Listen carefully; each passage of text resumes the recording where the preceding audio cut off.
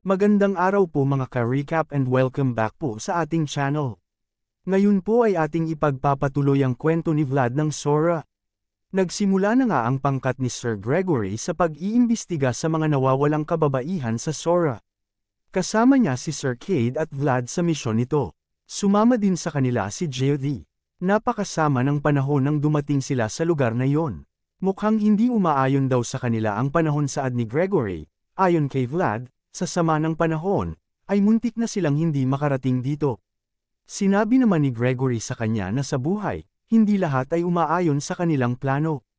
Kinuha ni Gregory ang isang maliit na lalagayan ng alak at binuksan ito. Sinabi niya na wala naman daw masama na uminom kahit konti. Masyadong malamig ang panahon. Inalok niya din si Vlad kung gusto niya pero biglang tumalikod si Vlad at sinabi na maghahanap siya ng mga kahoy para makagawa ng apoy. Sinabi ni Gregory na basa daw ang mga kahoy kaya mahihirapan sila gumawa ng apoy. Pero sinabi ni Vlad na susubukan pa rin daw niya pera nito. Sinabi naman ni Sir Gregory na parang katulad niya din ang taong yon. Tunay nga na isa siyang apprentice ni Jaeger.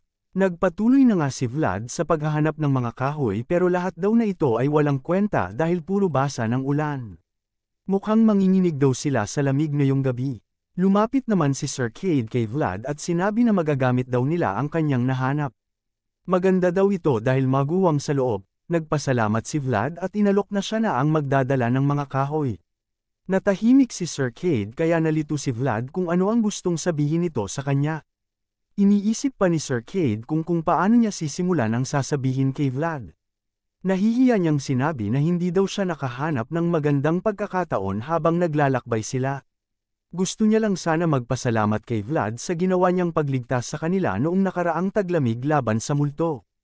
Sinabi ni Vlad na walang problema daw ito, ginagawa niya lang ang kanyang trabaho. Kumusta naman daw siya ngayon, dagdag na tanong ni Vlad. Mabuti naman daw at salamat ito kay Vlad. Habang nag-uusap ay lumapit naman si Gregory sa kanila. Sinabi nito na habang tinitingnan niya silang dalawa ay naiisip niyang tama ang desisyon niya na sila ang isama sa misyon na ito. Maraming tao ang hindi daw tatanggapin ang misyon na ito dahil lamang sila ay mga kabalyero. Pareho lang ang naiisip ng dalawa. Si Vorden, sa oras na ito, hindi na sila mga kabalyero, ngayon ay ituturing nila ang mga sarili na mga mersenaryo.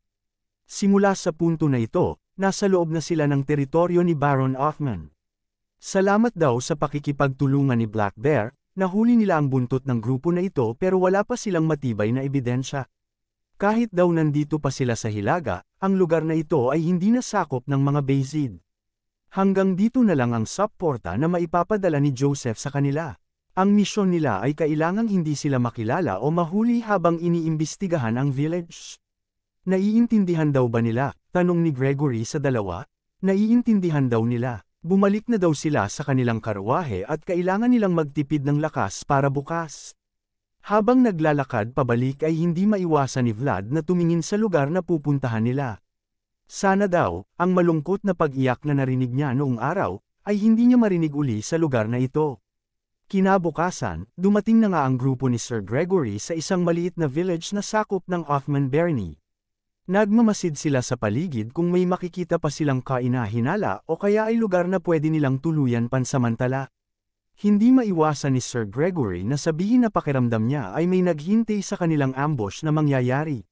Sinabi naman ni Geodie na may masama na naman siyang pakiramdam sa lugar na ito. Kung titingnan mo daw ay wala na namang tao sa paligid. Ayon naman kay Vlad ay baka siguro masyadong maaga pa kaya walang tao. Bigla naman na nakakita at tinuro ni Sir Cade ang isang ina pwede nilang tuluyan. Mabuti naman kung ganoon saad ni Gregory. Puntahan na daw nila ito kaagad. Pumasok na sila at binati sila ng may-ari. Nabigla siya dahil may customer na daw sa ganitong oras. Ayon kay Gregory, dahil daw sa lakas ng ulan kahapon kaya hindi sila kaagad nakarating sa village na ito sa tamang oras. Pwede daw ba silang makabili ng mahihigop na sabaw? Tig-isa sa kanila, tinanong sila ng may-ari kung mga mersenaryo daw ba sila. Marami daw mga nakakaalarmang pangyayari kamakailan lang dito sa kanilang lugar kaya hindi sila basta-basta nagpapapasok ng kung sino-sino lang. Sinabi ni Gregory na gusto lang nilang mamalagi ng ilang araw dahil sa sama ng panahon at aalis din sila.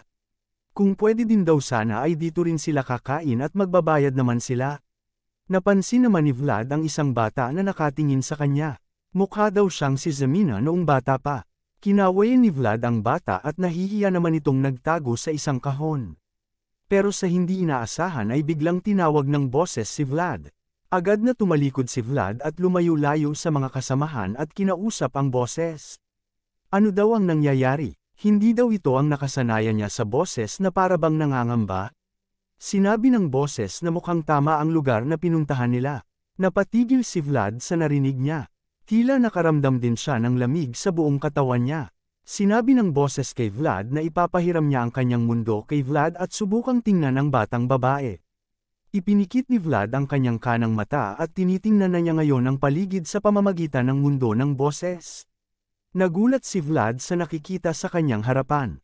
Ang batang babae. Makikita sa kwintas na krus ng batang babae na may lumalabas na masamang aura dito. Pamilyar kay Vlad ang napakasamang aura na ito. Ito ay isang sumpa. Ang mga bata ay mga puro at inosente. Pero sila din ang palaging nauunang masakripisyo. Ilang beses na itong nakita ni Vlad sa kanyang buhay. Ang mga matatanda ang nagnanakaw sa mga bata. Kamatayan lamang ang tanging mapipili ng mga batang wala nang natira sa kanilang buhay. Ang iba ay namamatay sa gutom, namamatay sa lamig, o namamatay mula sa pagod ng kanilang pag-iyak habang naghahanap ng mga magulang na nag-abandona sa kanila. Pero kahit pa sa ganitong kagulong impyerno, dito nabuo ang isip ni Vlad. Hindi siya lalaki na magiging katulad ng mga matatandang ito. Hinding-hindi siya mabubuhay ng katulad nila. Ito ang mga sumpang ipinapangako niya sa sarili. Ang isang pangako ay kailangang panghawakan. At ang mga kabalyero ang nagpapatupad nito. Ngayon, sa lugar na kinakatayuan nila, ay may mga bata na kailangan nilang protektahan. Sumunod na mga araw ay pumunta si Vlad sa isang simbahan sa village na yon. Sinabi ng boses na mukhang nandito na sila sa lugar na hinahanap nila. Nararamdaman ng boses na dito humihinto ang enerhiyang lumalabas sa kwintas ng bata. Pumasok na daw sila saad ni Vlad. Dahan-daang pumasok si Vlad sa simbahan na walang tao. Pinagmamasdan ang paligid. Tinanong ni Vlad ang boses kung may nararamdaman daw ba siyang kahina-hinala dito. Wala pa naman daw saad ng boses. Sumang-ayon si Vlad. Parang napaka-ordinaryo lang ng paligid. Pero sa isip ni Vlad, ano daw itong nararamdaman niya? Ang kakaibang sensasyon na parang wala o hindi angkop sa lugar. Bamulong ang boses sa kanya na may paparating. Nagulat si Vlad. Sa isip niya ay kailangang hindi siya mapaghihinalaan na nag-iimbestiga. Kailangang ay parang natural lang ang kanyang kilos. Bigla siyang lumuhod sa harap ng altar ng simbahan, parang ang dating si Prayang Rayman. Nagsalita ang taong lumalapit sa kanila at tinanong si Vlad kung bago lang daw ba sila dito. Kaka-rating lang daw nila kahapon ng umaga, sagot ni Vlad. Ang tao pala ay isang pari. Narinig daw niya na may mga mersenaryong dumating. Mukhang kasama pala siya nila. Humingi ng pasensya si Vlad sa kanya dahil sa biglaang pagpasok niya sa simbahan nang walang paalam. Pero hindi natapos ni Vlad ang kanyang sinasabi. Ito ay dahil napansin niya ang krus sa banal na aklat ng pari. Biglang napagtanto na ni Vlad. Ito ang dahilan kung bakit kanina pa siya may nararamdaman na parang mali. Simula pa lang ng pagpasok nila sa village na ito, wala pa siyang nakikitang tamang krus. Ano kaya ang misteryong bumabalot sa lugar na ito at may iligtas kaya ni Vlad ang batang nababalot ng sumpa? Pumasok na nga si Vlad sa isang simbahan kung saan ay papunta ang curse energy na naramdaman nila sa isang bata. Habang nagmamasid ay napansin nila na may taon na paparating at agad si Vlad na lumuhad para ipakita na parang nagdadasal siya. Isang pari ang bumati sa kanya. Habang nag-uusap ay nakita ni Vlad ang banal na aklat na hawak ng pari. Dito niya napagtanto kung bakit parang may kakaiba sa lugar na ito simula pa lang ng pagpasok nila. Wala pa siyang nakikita na normal na krus sa lugar na ito. Humingi si Vlad ng paumanhin sa pari dahil sa biglaan niyang pagpasok sa simbahan. Pero sinabi ng pari na wala itong problema, bukas ang pinto ng Diyos sa lahat. Bamulong ang boses kay Vlad at sinabi na wala siyang nakikita sa ngayon. Hindi sumagot si Vlad at tumahimik muna. Humingi ng paumanhin ang pari dahil naistorbo daw niya ang kanyang pagdadasal. Ayos lang daw ito saad ni Vlad. Mas mabuti nga daw ito at panatag ang loob niya dahil may permiso na siya mula sa pari para magdasal. Magalang na sinabi ni Vlad na aalis daw siya kaagad pagkatapos niyang magdasal. Ayon sa pari, ang lugar na ito ay tahanan ng mga taong naghahanap sa Diyos. Maaari daw gawin ni Vlad ang kanyang gusto. Sa isip ni Vlad, ang curse na nakita niya sa kwintas ng bata ay tinuturo ang lugar na ito. Walang duda na mayroong kakaibang presensya sa village na ito. Napansin ni Vlad ang pari. Nakangiti nga daw siya pero alam niyang hindi niya mapagkakatiwalaan ang tao na ito. Hindi siya maaaring magpabe at ibaba ang kanyang paghahanda. Nagpasalamat na si Vlad sa pari. Sinabi ng pari na oras na rin daw para ialay niya ang kanyang mga panalangin. Dasal niya ay sana, ang sakit na kumakalat sa lugar na ito ay hindi makaapekto sa grupo nila Vlad. Nagulat si Vlad sa sinabi ng pari. Anong sakit daw ang pinagsasabi niya? Tanong ni Vlad sa sarili. Dagdag pa ng pari bago siya umalis, ito rin daw ang dasal niya para sa mga kabataan ng lugar na ito. Matapos ni Vlad sa simbahan ay nag-ikot-ikot siya sa village at nagtanong-tanong sa mga residente tungkol sa sakit na kumakalat. Tinanong siya ng isang matanda kung saan daw niya ito narinig.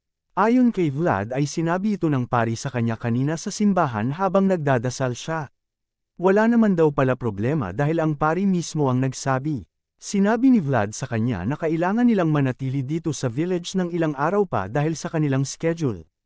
Pero ang balita tungkol sa sakit na kumakalat ay parang nagbibigay sa kanila ng pag-aalala. Ayon sa matanda, wala daw silang dapat ipag-alala. Ang sakit na kumakalat ay tumatama lamang sa mga bata.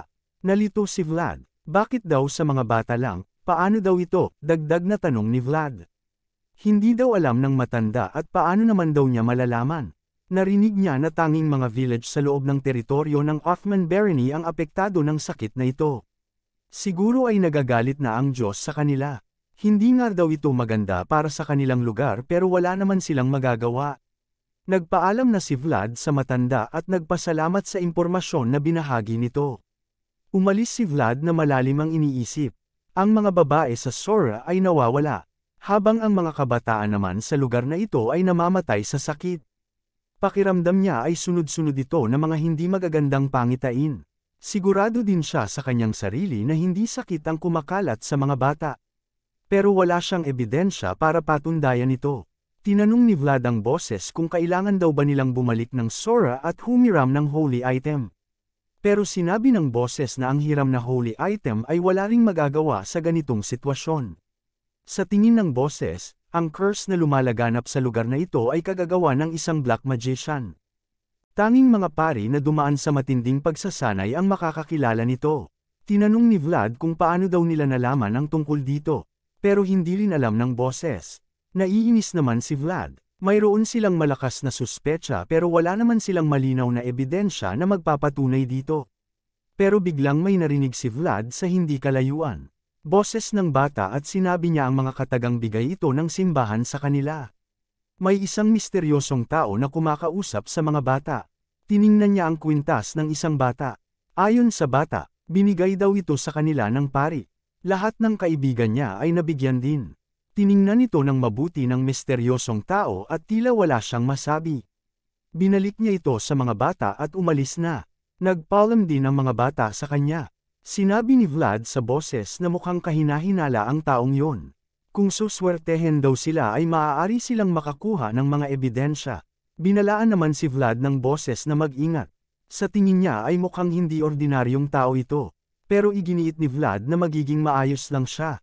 Dati daw siyang isang magnanakaw sa Sora pero matagal na panahon siya na isang pickpocketer. Sinabi naman ng boses sa kanya na ito ang mga bagay ni hindi dapat ipinagmamayabang ni Vlad. Sinundan na nga ni Vlad ang misteryosong tao na nakita nila. Pero biglang napagtanto niya na mukhang may mali. Pakiramdam niya ay dinala sila ng tao na ito sa kasulok-sulukan ng village. Tinawag ng boses si Vlad na Mr. Pickpocketer. Mukhang nahalata daw sila ng tao. Tama nga daw ito saad ni Vlad. Hanggang dito na lang sila at hindi na nila pwedeng sundan ang misteryosong tao. Total ay nakita na naman daw niya ito. Kailangan na niyang bumalik at magbigay ulat kay Sir Gregory. Sinabi naman ng boses na hindi sila sigurado kung magagawa daw ito ni Vlad. Ito ay dahil mukhang hindi sila hahayaan ng misteryosong tao na makaalis dito. Binalaan ng boses si Vlad na susugod na siya. Mabilis nga na sinugod ng misteryosong tao si Vlad na siyang kinagulat niya. Mabilis din na binunot ni Vlad ang kanyang espada at sinubukang pigilan ang atake ng tao. Pero nabigla si Vlad sa lakas niya. Sinabihan siya ng boses na huwag tumigil.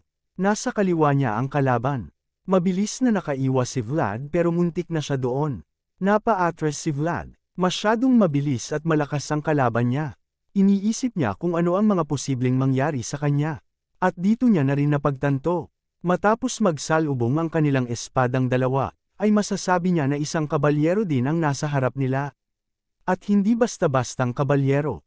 Tiningnan ng misteryosong tao ang kanyang espada. Ito ay tila nagva-vibrate matapos ang sagupaan kay Vlad.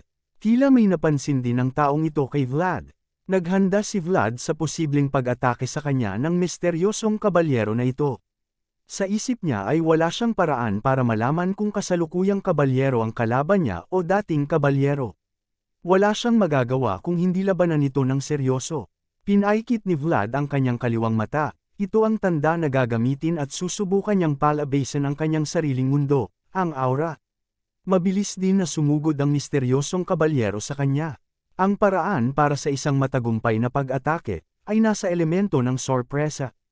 Pinalabas ni Vlad ang kanyang aura at sinalubong ang umaatakeng kabalyero. Ito lang ang tanging pagkakataon niya para magawa ito. Umiwas si Vlad sa ginawang atake ng kalaban at mabilis na gumanti ng pag-atake. Ito na ang tamang pagkakataon. Pero sa hindi inaasahan ay naiwasan lang ito ng kabalyero ngunit napunit ang hood na kanyang suot. Kinagulat ito ng kabalyero at hindi inaasahan na magagawa ito ng isang bata. Pero hindi rin siya nagpatalo at pinalabas din ang napakaliwanag na aura sa kanyang espada. Nabigla si Vlad sa nakita niya. Isang aura user. Tinawag ng boses ang pangalan ni Vlad. Pinigilan siya ng boses at sinabihan na itigil ito. Pero sa kasamaang palad ay huli na ang lahat.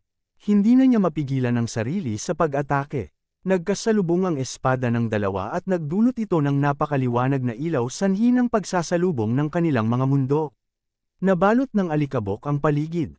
Hindi malaman kung sino ang nagwagi sa segupaang yon. Unti-unting humuhupa ang alikabok sa paligid at makikita si Vlad na napaluhod. Tila ramdam niya ang epekto ng matinding sagupaan. Makikita sa mukha niya na hindi pa tapos ang laban. Ramdam niya rin na mukhang nasa masamang sitwasyon siya. At ito ay dahil hindi nga ordinaryong kabalyero ang kaharap niya. Sinabi ng boses na napakakaiba naman ang sitwasyon na ito para magkita si Vlad at ang kabalyerong kaharap niya. Napansin ni Vlad ang kakaibang aura na pinapalabas ng kalaban niya.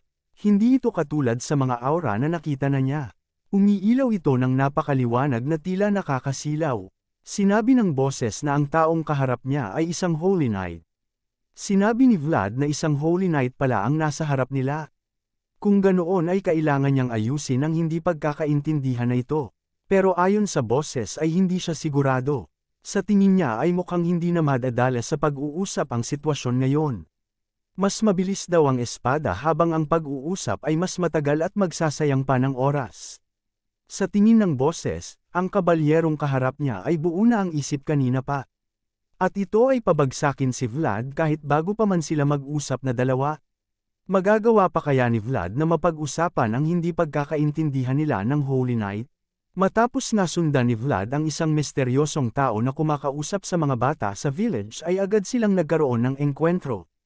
At sa hindi inaasahang pagkakataon, ang misteryosong tao pala ay isang kabalyero. Hindi lang basta-bastang kabalyero kung hindi isang Holy Knight.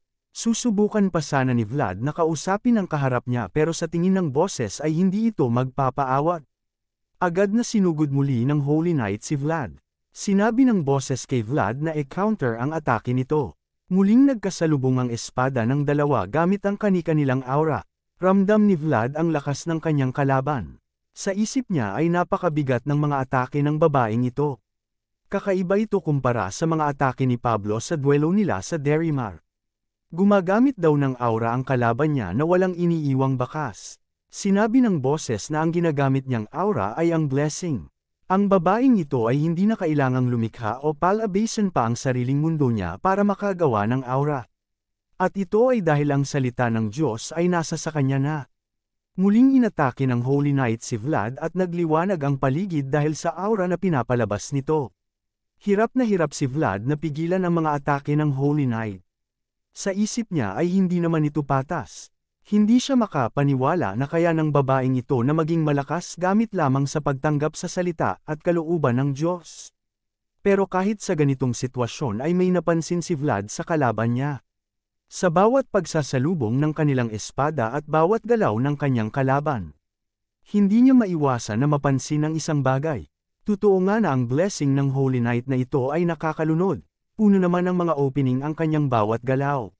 Muling inatake ng Holy Knight si Vlad mula sa itaas gamit pa rin ang blessing at aura niya pero sinalubong lang ito ni Vlad. Iniba niya ang porma sa paghawak ng kanyang espada at susubukan na atakihin ang opening ng Holy Knight.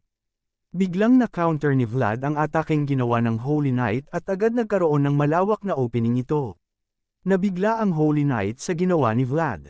Naghanda si Vlad para sa pagkakataong ito at sinubukang saksakin ang Holy Knight. Pakiramdam ni Vlad ay nahuli na niya ang kalaban. Pero ito ang malaking pagkakamali niya. Sinalubong ng Holy Knight ang espada ni Vlad at sinangga ito gamit ang kanyang armor para maiba ang direksyon ng espada. Tila tumigil ang mundo ni Vlad at nawala siya sa balanse niya dahil sa ginawa ng kalaban niya. Pero sinigawan siya ng boses at sinabihan na mag-focus. Kailangan niyang makuhang muli ang kanyang balanse. Pero paglapag ni Vlad sa lupa ay tila huli na ang lahat. Agad na nasweep ng kalaban ang kanyang mga paa at akmang babagsak na ito. Pero bago siya bumagsak ay nahuli ng kabalyero ang kanyang buhok na siyang kinabigla ni Vlad. Bagsak si Vlad at hinampas pa ng kabalyero ang ulo niya sa lupa. Tila panandali ang nawala ng malay si Vlad sa ginawa ng Holy Knight. Pinipilit ni Vlad na bumangon pero wala na siyang magagawa dahil nakatutok na sa kanyang leeg ang espada ng Holy Knight. At anumang maling galaw niya ay alam niyang dito matatapos ang kanyang maikling buhay. Hindi makapaniwala si Vlad. Ano daw ang nangyari? Paano daw yun nagawa ng Holy Knight? Ayon sa boses ay isa itong armor magic. Isa itong teknik na para sa mga Holy Knight na ginagamit ang kanilang plate armor para ibahin at ibaling ang direksyon ng espada ng kalaban. Sa isip ni Vlad, taglay ng kalaban niya ang blessing ng simbahan at armor magic. Tila pandaraya daw ito, at ang mas nakakainis pa, tila hindi man lang pinagpawisan ang Holy Knight. Mukhang sinadya niya na magpakita ng opening para mahulog sa patibong niya si Vlad. Tunay nga na parang pinaglaruan lang siya ng Holy Knight. Walang nagawa si Vlad kung hindi mapabuntong hininga. Tinanong siya ng babae kung sino siya. Nakataas ang mga kamay ni Vlad at sinagot ang babae na siya daw ay galing sa Sora, nandito sila para mag-imbestiga. Tila nabigla naman ang babae nang marinig na galing sila sa Sora. Makalipas ang ilang sandali, sa tinutuluyan ng grupo ni Sir Gregory, ay doon nag-usap ang Holy Knight at ang mga kabalyero ng Sora. Nagpakilala ang Holy Knight na si Justia. Galing sa hilagang Archdiocese ng San Rosino. Tila kalooban daw ng kalangitan na magkita siya at ang mga kabalyero ng Sora. Magalang din na binati ni Gregory si Justia at samasang ayon siya sa sinabi nito. Inimbitahan ni Gregory si Justia na maupo muna at mag-usap sila. Ayon kay Justia, nag-iimbestiga siya ng mga kakaibang pangyayari na nagaganap sa lugar na ito. Una, akala niya ay isang simpleng sakit lamang ang kumakalat. Pero ang hindi niya inaasahan, ito pala ay isang sumpa. May mga natagpuan siyang mga bakas ng kakaibang bagay na nabibilang sa mga makaluma. Nalito si Gregory sa sinabi ni Justia. Paano daw posibleng may sumpa dito? Hindi daw ba na mayroong simbahan sa lugar na ito? Mga bagay na mas asama ay hindi dapat lumalaganap sa lugar na ito. Ayon kay Justia, naniniwala siya na ang simabehan ang pinagmumula ng sumpa sa lugar na ito. Nabigla si Kane at Vlad sa mga revelasyon ni Justia. Sinabi naman ng boses na matalino daw ang babaeng ito. Nabahala din si Gregory sa mga nalaman nila. Mas seryoso ang sitwasyon nito kaysa sa inaasahan nila. Sino daw ang mag-aakala na ang isang Holy Knight na sumusunod sa utos ng Diyos ay siya mismong magtaturo sa simbahan bilang salarin? At ang lugar na ito ay wala sa jurisdiksyon ng Bayezid. Ang mga bagay ay unti-unting lumalampas na sa kanyang otoridad at kakayahan. Nagkaroon ng panandali ang katahimikan sa kanila. Biglang nagsalita si Justia at nakiusap sa kanila na iparating daw sa bagong mayor ng Sora ang kanyang pasasalamat. Napatigil si Gregory sa sinabi ni Justia. Dagdag pa ng Holy Knight, ang paraan daw ng mayor na paggamit sa impormasyon na kahit sila ay hindi nila nalaman, at ang pagtutok sa sitwasyon na ito ay karapat-dapat na purihin. Sa isip ni Gregory ay iba ang ibig sabihin nito. Gusto ni Justia na huwag nang makialam ang Sora sa problemang ito. O kaya ay nagiging maalalahanin lang siya sa kanila. Ang mga bagay na may kinalaman sa itim na mahika ay nasa ilalim ng jurisdiksyon ng simbahan. Wala na silang karapatan para makialam pa ng mas malalim. Sumang-ayon si Gregory sa sinabi ni Justia. Si Vlad naman ay tahimik lamang na nakikinig at hindi kumikibo. Alam niya na ang linya ay nailatag na. Hindi na sila pwedeng lumampas sa linyang ito at hayaan na ang simbahan na ang magresolba ng problema. Sa harap ng bigat na hawak ng mga nasa otoridad at may responsibilidad. Kinagabihan, sa tinutuluyan na inang grupo ni Sir Gregory, malalim na nag-iisip si Vlad. Mukhang hindi na daw nila mahahanap dito si Ana. Lumapit naman ang bata na anak ng may-ari ng inn. Tinanong siya nito kung aalis na daw ba sila. Siguro daw sagot ni Vlad. Malungkot naman na tinanong siya ng bata kung bakit aalis sila kaagad. Tapos na daw ang trabaho nila dito, sagot ni Vlad. Sinabi naman ng bata na walang trabaho na natatapos sa mundong pinagtatrabahuan daw nila ni Vlad. Sa isip ni Vlad, tinatamaan daw talaga ng batang ito ang mga punto ng walang pigil. Tinanong siya ni Vlad kung wala daw ba siyang kaibigan. Bakit nandito lang daw siya sa loob buong araw? Ayaw kasi siyang payagang lumabas ng kanyang tatay. Sa isip ni Vlad ay tama naman ito. Lalo na ang mga bagay na nangyayari sa paligid nila ay hindi na normal. Tinanong siya ng bata kung bakit hindi daw muna sila manatili dito ng matagal-tagal. Mamimigay daw ang simbahan ng regalo. Anong mga regalo daw ito, tanong ni Vlad. Ayon sa tatay ng bata, titipunin daw ng simbahan ang mga bata sa susunod na mga araw at magsasagawa ng ritual blessing.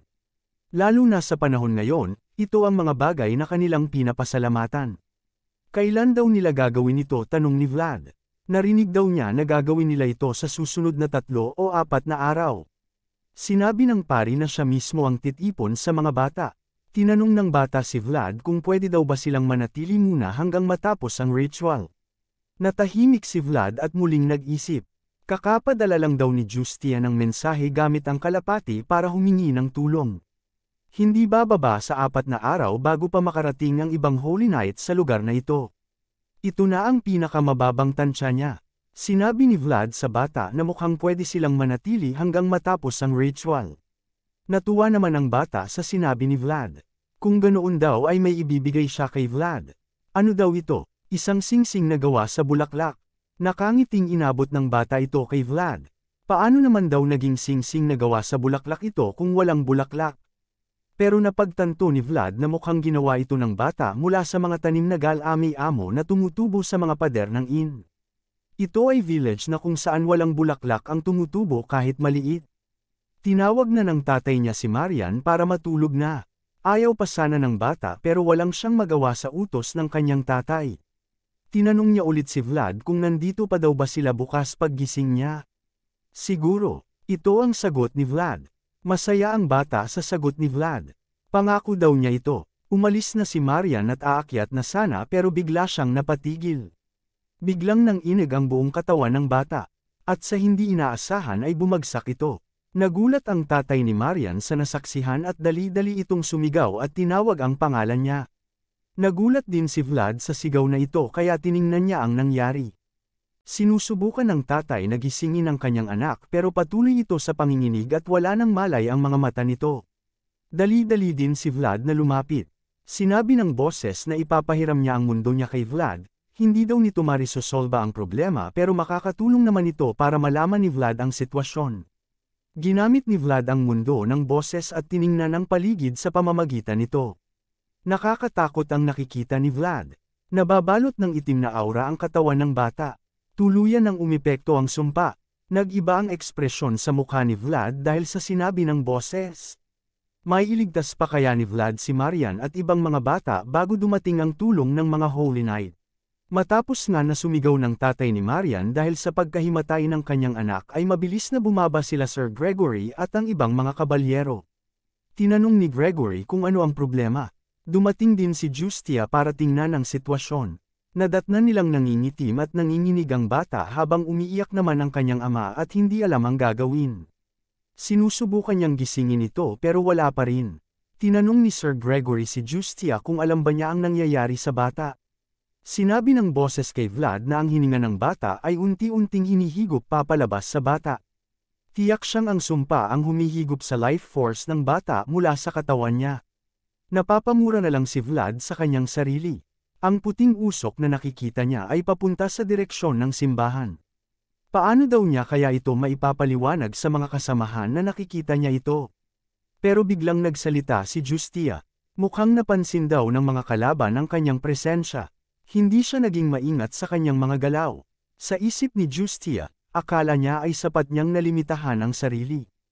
Hindi niya inaasahan na mararamdaman ng mga kalaban ang kanyang presensya dahil lamang sa mababang level ng divine power na ginamit niya.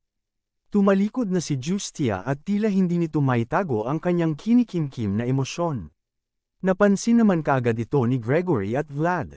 Umalis si Justia pero binili niya sa kanila ni Vlad na kapag hindi siya nakabalik, sila na daw ang baalang magpaliwanag ng sitwasyon sa kanyang mga kasama kapag nakarating na ang mga ito. Walang magawa si Gregory kung hindi kontrolin ang sarili at ang emosyon. Tila ay wala rin siyang magawa. Ito ang kinagulat ni Vlad.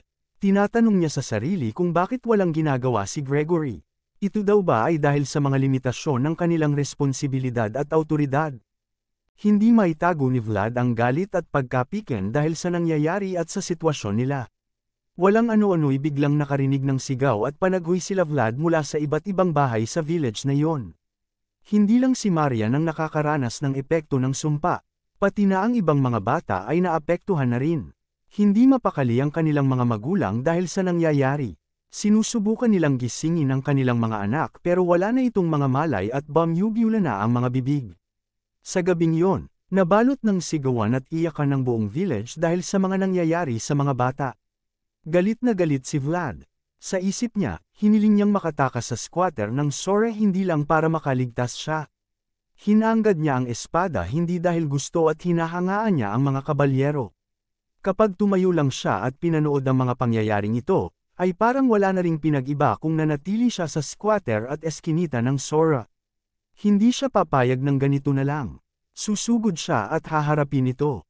Pero biglang may pumihil kay Vlad para bunutin ang kanyang espada.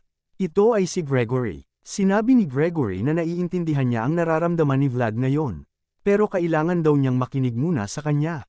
Ang espada ng isang kabalyero ay kailangan maging mabigat kagaya kung gaano din ito katalas. Sigurado daw si Gregory na magiging isang kabalyero si Vlad kaya kailangan niya itong maintindihan. Ang kanilang espada ay nangangailangan ng pangangatwiran at responsibilidad. Pero iba ang saloobin ni Vlad. Sinabi niya kay Gregory na kung hindi daw nila kayang protektahan ang mga nangangailangan ng proteksyon, ano pa ang silbi ng pangangatwiran at responsibilidad? Biglang sinabi ni Gregory na tama at nakuha ni Vlad ang punto. Ngayon, kailangan daw ni Vlad na ulitin ang sasabihin niya. Ano daw ito? Pagtataka ni Vlad. Sinabi ni Gregory sa kanya, na sa sitwasyon na ito lang ang pangangatwiran na pinanghahawakan at inaasahan nila.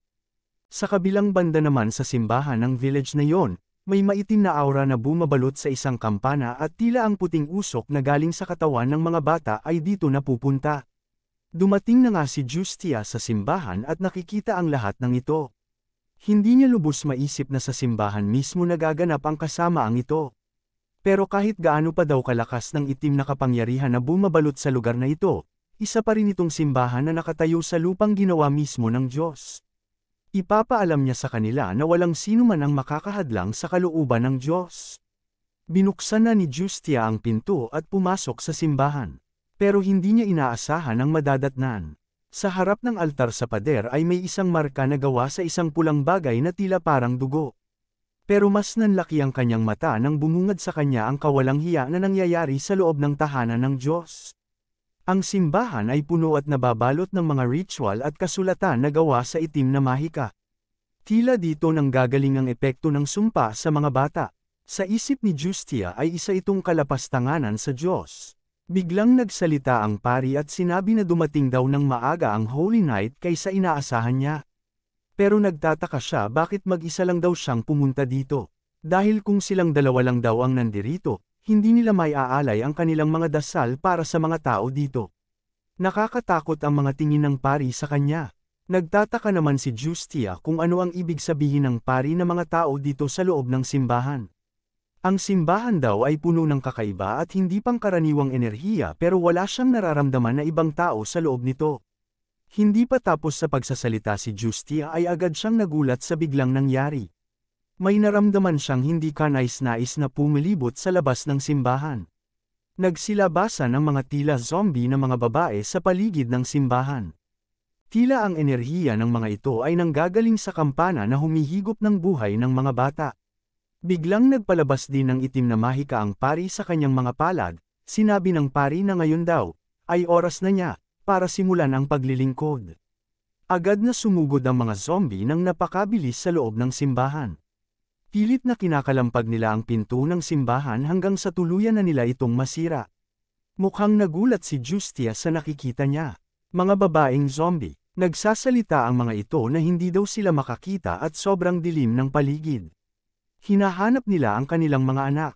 Katulad sa nakaharap ni Vlad na zombie noong isa pa siyang mercenaryo. Galit na galit si Justia sa pari. Paano niya daw nakakayang magawa ito? Hindi daw ba siya natatakot sa Diyos? Sinabi naman ng pari na may mga dahilan nga na dapat katakutin ang Diyos, pero wala naman daw pakialam ang Diyos sa kanya. Hinulag ng pari ang banal na aklat na kanyang hawak at ang kanyang salamin. Dagdag pa ng pari ay wala na siyang balak na bumalik pa sa yakap ng Diyos. Pinalakas ng pari ang pagpapalabas ng itim na mahika at mas naging agresibo pa ang mga zombie na sumusugod kay Justia. Pero biglang lamhad si Justia at tinusok ang espada sa lupa. Nagsimula itong magdasal, para sa maluwalhati na commander ng pangkalangitan na hukbo. Si Saint Rose Ino na nakatayo sa tabi ng Diyos. Sa harap ng pananakop ng kasamaan, kapalit ng napakamahal na halaga, hinihiling niya na bumaba siya at iligtas ang mga ligaw na kaluluwang ito. At siya, si Justia, ang magbabayad ng halagang ito. Biglang nagpalabas ng napakaliwanag na aura si Justia. May lumabas na gininto ang pakpak sa kanyang likod at nabalot ang kanyang paligid ng banal na kapangyarihan. At mula sa maaliwalas na kalangitan sa gabing iyon, ay lumiwanag na parang araw ang isang bituin mula sa kataas-taasang kalawakan at umilo ito sa buong simbahan. Binalot nito ng liwanag ang banal na tahanan ng Diyos. Nasira ang ibang parte ng simbahan at nahuhulog ang tipak ng mga bato dahil sa lakas ng kapangyarihan. Hindi alintana ni Justia ang mga zombie na sumusugod sa kanya dahil alam niya na ang kanyang banal na kapangyarihan ang magliligtas sa kanya. Nagsimulang masunog ang mga zombie dahil sa liwanag na taglay ng banal na kapangyarihan ni Justia. Hindi sila makalapit, kahit ang pari ay hindi mapigilan na magtago dahil dito. Sinabi ng pari, ito daw ang solemn exorcism. Nababalot na ng liwanag ang loob ng simbahan at alintana na ito ng pari. Ito ang ilaw na makikita kahit na ikaw ay walang mata at makikita kahit sa kadiliman. Pero para tawagin at ipalabas ang ganitong liwanag na walang paghahanda ng ritual, nakakahanga daw ito kaysa inaasahan niya. Pero sa kasamaang palad, kahit gaano pa daw kaliwanag ang isang tanglaw, mayroon at mayroon itong hangganan kung mag-isa lang itong nagliliwanag. Unti-unting nilabas ng pari ang kanyang espada gamit ang itim na mahika.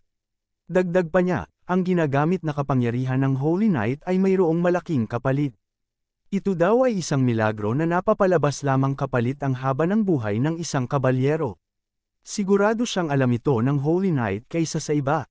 Nasa dulo at katapusan ng napakamaluwalhati at maningning na liwanag na ito, ay naghihintay ang walang katapusang kadiliman. Makakaligtas kaya si Justia sa kanyang kinakatayuang sitwasyon o tuluyan na siyang mahuhulog sa kamay ng huwad na pari. Patuloy nga ang labanan sa loob ng simbahan sa pagitan ni Justia at ng huwad na pari. Marami na ring mga babaeng zombie ang unti-unting nalulusaw dahil sa banal na kapangyarihan ni Justia. Pero kahit gaano kalakas ang ibinibigay ni Justia para sa banal na kapangyarihan, ay tila hindi pa rin ito sapat. Dahan-daang muli na binabalot ng itim na kapangyarihan ang paligid. Unti-unti na ring nawawala ang liwanag sa kapangyarihan ni Justia. Lumalapit ang pari sa kanya dala-dala ang espada nitong nababalot ng itim na kapangyarihan. Makikita na nakakaramdam na ng pagod at panghihina si Justia dahil sa sobrang banal na kapangyarihan na ginamit niya. Pero sa kasamaang palad, hindi pa nauubos ang mga babaeng zombie at patuloy pa rin ito sa pagsugod sa loob ng simbahan. Hindi makapaniwala si Justia na tila hindi nauubos ang mga ito. Gaano na lang daw kaya karami ang nabiktima nila? Nasa harap na ni Justia ang pari at bigla itong nagsalita. Ngayon daw, ay oras na para ang kadiliman naman ang maghari at mangibabaw. Pero hindi ito hahayaan ni Justia bilang isang holy knight. Nag-iisip siya ng paraan. Binigkas niya ulit ang kanyang panalangin. Ang maluwalhating commander ng makalangit na hukbong sandatahan. Si Saint Rosino, na nakatayo sa tabi ng Diyos. Tumawa lang ang pari at sinabi na wala pa rin itong kwenta. Mababaliwala lang daw ang pinaghirapan niya. Biglang sinabi ni Justia ang mga huling salita. Pinapanalangin niya na sana ang simbahan ng santo ay magdadala ng katapusan sa mga kalaban nito. Lumabas ang tila anyo ng anghel-arkanghel sa pagkatao ni Justia. Muling nagliwanag ang buong loob ng simbahan. Hindi makapaniwala ang pari na nagagawa pa rin ito ng holy night. Sa isip ni Justia, sisiguraduhin niyang mapapabagsak niya ang huwad na paring ito kahit pakapalit nito ay ang kanyang sariling buhay. Pero nagulat silang lahat nang biglang may sumire sa pangunahing pinto ng simbahan at ito ay nagliliyab na kariton. Kahit si Justia at ang pari ay nabigla kung sino ang may kagagawan nito.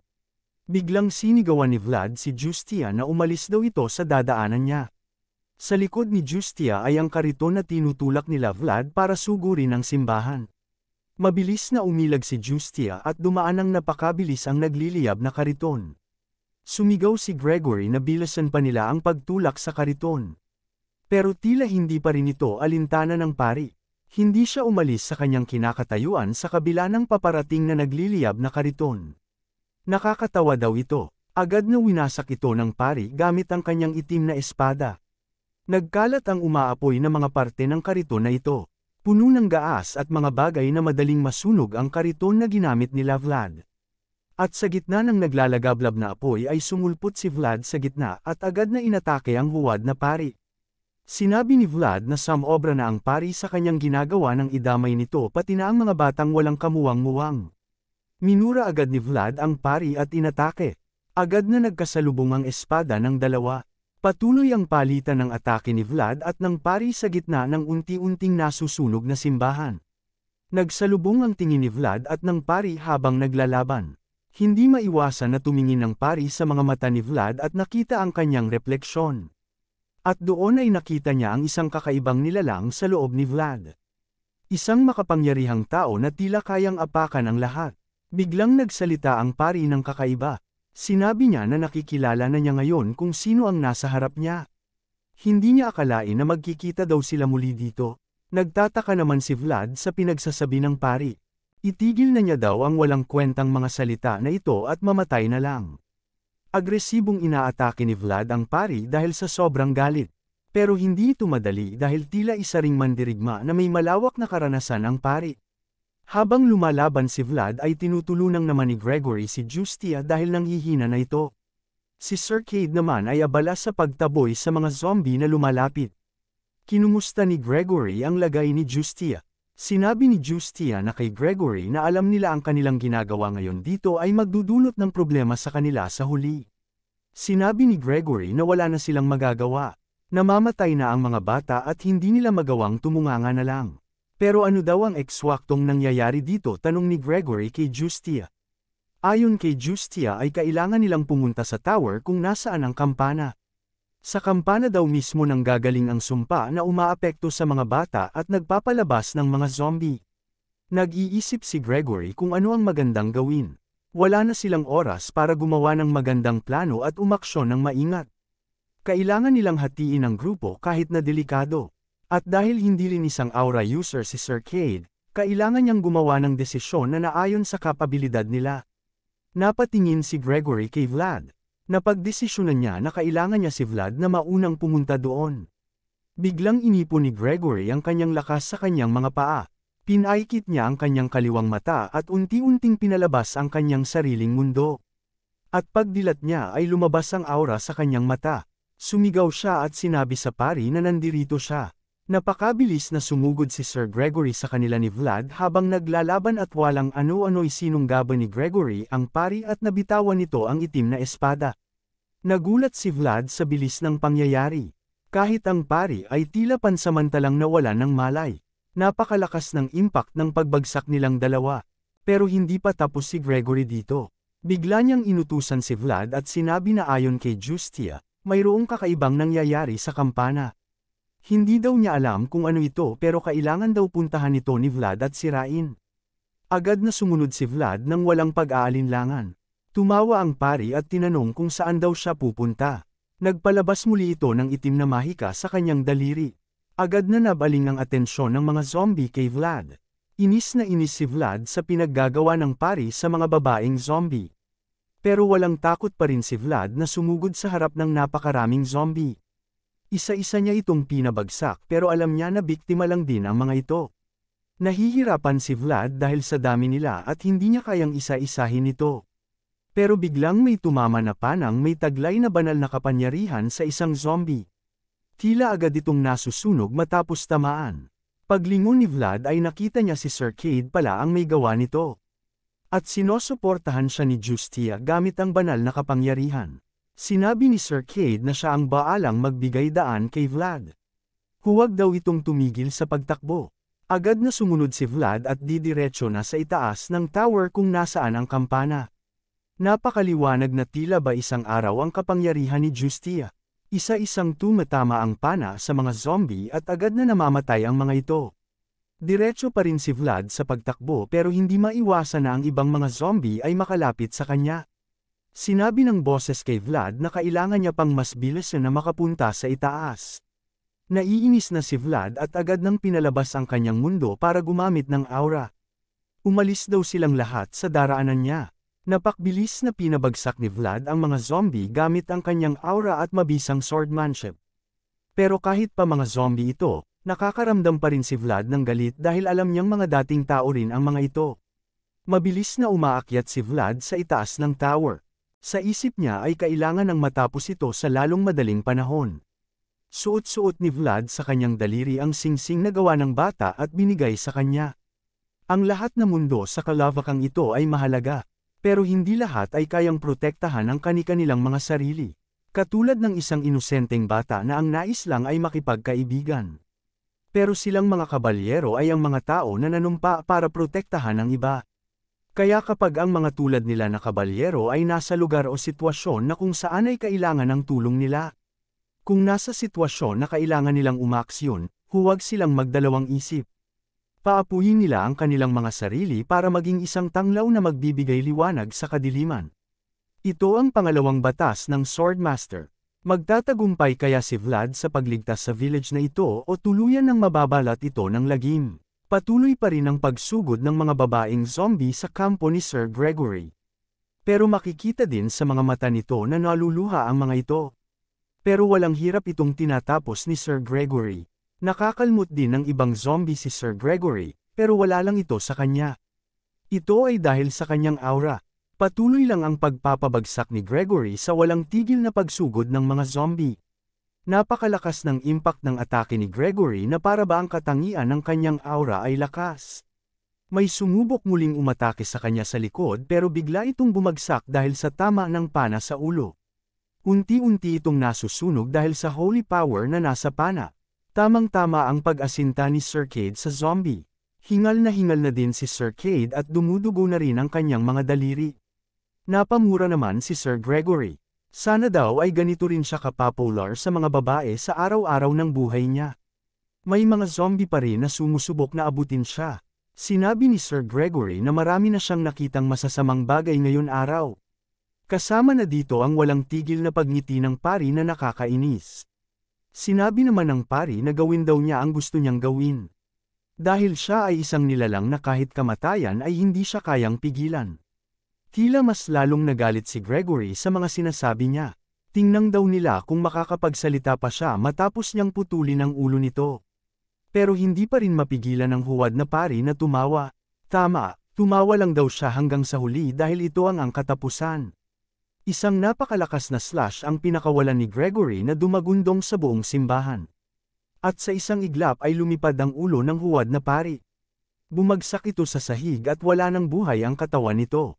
Tumigil naman kaagad sa paggalaw ang mga zombie. Napansin kaagad ni Sir Cade ito. Hindi na daw gumagalaw ang mga babae. Sinabi ni Justia na para matalo ang hukbo, kailangang talunin ang kanilang commander. Tama daw ang paghusga ni Sir Gregory at ang kanyang desisyon. Napamura muli si Gregory, napakahirap naman ang araw na ito. Kailangan niyang uminom hanggang manlabo ang paningin niya ngayong gabi. Hindi nila inaasahan na marinig ang boses ng pari. Naaalala niya daw na wala palang wine kanina nang nagsagawa siya ng misa.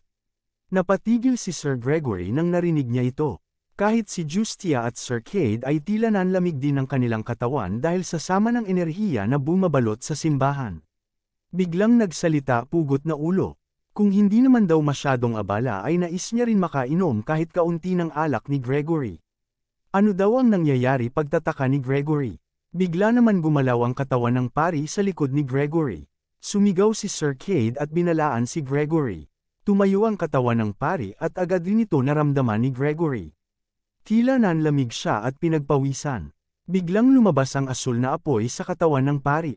Nakilala agad ito ni Justia. Ang isang walang ulo na kabalyero. Isang dulahan. Ito pala ang tunay na pagkatao ng pari.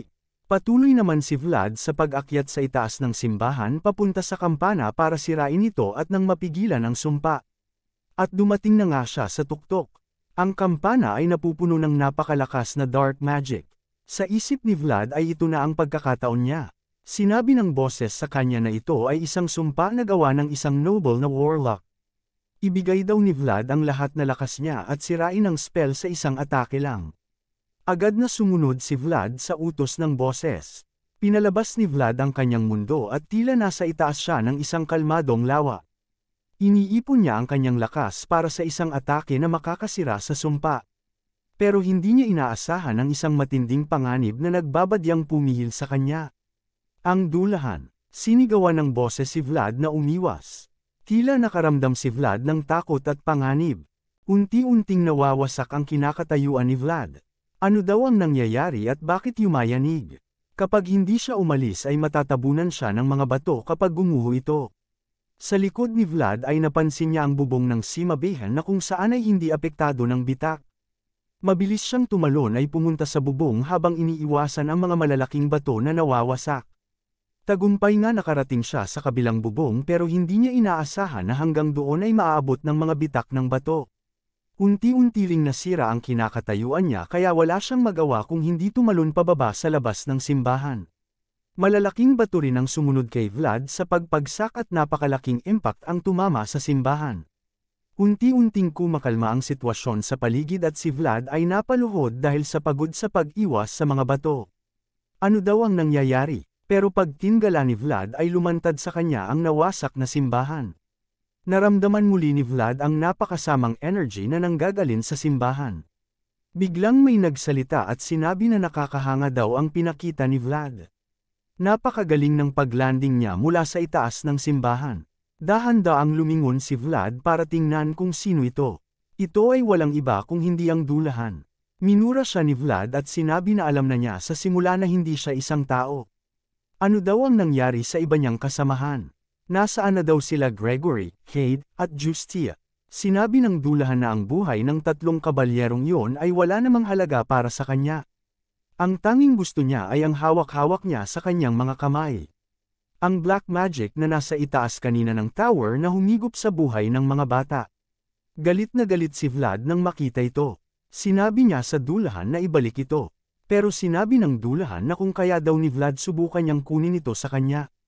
Mabilis na sinugod ni Vlad ang dulahan. Babawiin niya ito at tatapusin niya ang dulahan. Sinalubong ng dulahan ang espada ni Vlad. Nagkasalubong ang aura ni Vlad at ang black magic ng dulahan na nagdulot ng isang maliwanag na impact. Sunod-sunod ang atake ni Vlad sa kalaban pero walang hirap lang itong iniiwasan ng dulahan. Sinabi niya kay Vlad na huwag nitong masyadong subukin ang kanyang swerte. Hindi daw niya alam kung hanggang kailan magtatagal ang paggalang niya sa kanyang mga kauri. Muling nagkasalubong ang kanilang mga espada. Tinanong siya ni Vlad kung paano sila naging magkauri. Pero sinabi ng dulahan na hindi si Vlad ang kanyang tinutukoy. Tila napatigil si Vlad nang marinig ang sagot niya. Ano daw ang ibig sabihin niya? Napakalakas na tinulak ni Vlad ang kalaban gamit ang espada niya kaya napa-atras ito. Pero kumuha lang pala ito ng buwelo para sa kanyang hinahandang atake. Napakabilis na inatake at gumanti ang dulahan kay Vlad. Sunod-sunod ang mga pagsaksak na ginawa ng dulahan sa kay Vlad na pilit niyang iniiwasan. Sa isip niya ay mas lalong bumibilis ang dulahan.